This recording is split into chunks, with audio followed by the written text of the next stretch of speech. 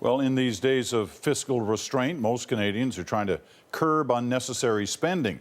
But we have an exclusive story now about a new multi-million-dollar federal agency which doesn't seem to be doing that. The Canada Employment Insurance Financing Board was created to oversee EI rates and invest any surplus EI funds. But there's a big problem. They don't seem to have much to do. Our Greg Weston has been digging into this story. Greg. Peter, it's a government operation that costs millions of dollars to achieve pretty much nothing. It's 10 o'clock in the morning. Behind these locked doors, no one is at work at the Canada Employment Insurance Financing Board. Perhaps not a surprise.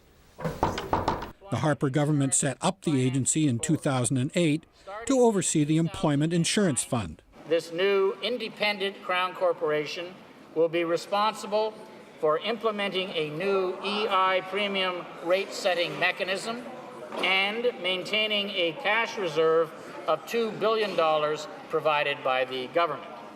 Problem is, there has never been a reserve fund to manage. No EI surplus to invest either. With the recession and the prolonged recovery, we have no surplus funds, and so we don't have an investment or funds management function at this point in time.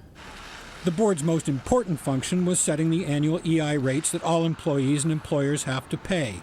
But the government capped those rates in 2009, leaving the board with nothing to set. The average taxpayers want to know what these people are doing with their time every day. There's no money to invest. There's no surplus to invest. Government never listens to them.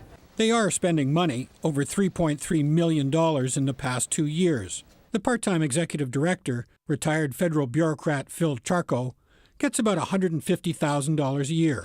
With only 2 full-time staff, the agency apparently outgrew this office. This year it moved to a bigger space in this building.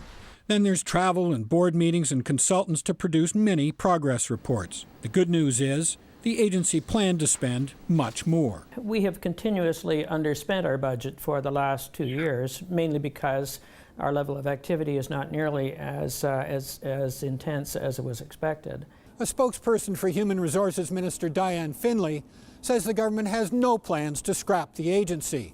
It is, she says, a prudent use of taxpayers' money that will someday be fully operational.